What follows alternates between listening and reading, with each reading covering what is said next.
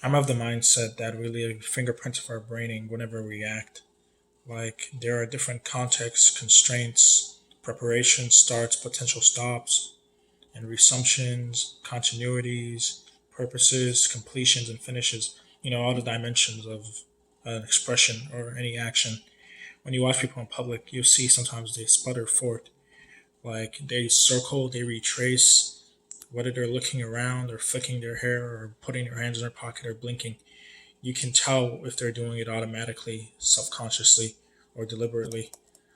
And it all makes psychology very interesting as a field because there are like different dimensions and parts to a psychology.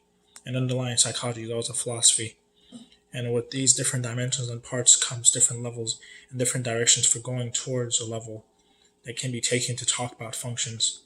One direction is towards the brain, how it works. Leonardi is doing pretty good work with this, and I hope more work will be done in the future. Anyway, my approach personally will be something that's more organic, clarifying the functions and what they're capable of in their numerous facets, because they're numerous features to a function. The functions themselves are already high ideas, they're like purified forms. They're not free from contamination or influence with each other. And there's no pure way to say they come from just the body or just the mind, or they come from, I guess, if you're thinking in terms of a dualism, I'm personally take to embodiment, which supposes that the mind is an emergent feature of the body. There are like different ways to approach this, um, whether the functions are galvanized or linked to each other, or linked to attention and the stories that people talk or make concerning them. It's like some conditions and warnings, though. In my working, I prefer to be wiser than knowledgeable. And with this comes, well, if you're trying to figure out a function, you basically, it's kind of like geometry where you take a particular shape and you cut it into sections or you turn it into triangles and then you try to figure out the degrees. So that's kind of how it is to tease some of these things out. There are multiple systems out there that all use the same name with different things that the functions do, from socionics to MBTI to objective personality.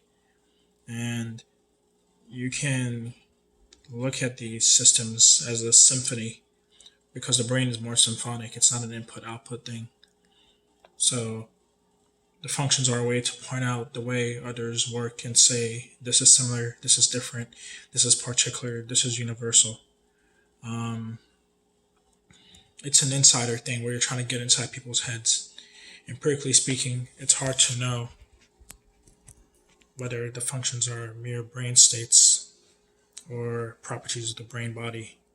Each can comprise many modes of how the brain can render itself and its correlated parts and their activity.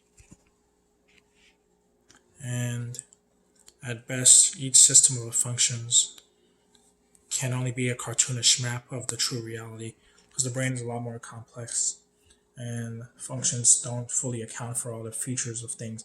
Though you can see their displays, you can see sort of how like a particular function um, can show itself. Take extroverted feeling, which deals with social dynamics, it deals with harmony, it deals with uh, convention, conventional ways of responding to people, and things like that.